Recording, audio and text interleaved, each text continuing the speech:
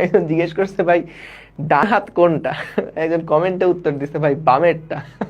খুব সুন্দর, তোমরা আসলে এত ক্রিয়েটিভ। মানে ধরো তোমাদেরকে আগেও হয়তো বলছি, কোনো ধরো প্রডিউসার যদি আসলে বা কোনো স্ক্রিপ্ট রাইটার, সে ধরো কোনো সিনেমার জন্য ডায়ালগ খুঁজে পাচ্ছে না, বা ধরো কোনো ঘটনাই সে বানাতে পারছে না, ওকে যদি আমার ক্লাসে এনে আমি যদি 1 ঘন্টা বসাই দেই যে একটু কমেন্টগুলা পড়বি, ও দেখবা যে সুন্দর করে 3-4টা সিনেমার স্ক্রিপ্ট লিখে ফেলতে পারছে। বুঝতে পারছো? মানে তোমরা এত ট্যালেন্টেড, আমি অবাক হয়ে যাই। সো দেখো, এই ট্যালেন্টগুলা রেখে দিও মাথার মধ্যে, বুঝতে পারছো? অনেক সময় কাজে লাগবে। কি সুন্দর উত্তর, আমি অবাক হয়ে গেলাম। ও বলতেছে যে ডান ডান হাত কোনটা, এটা কি লেভেলের প্রশ্ন!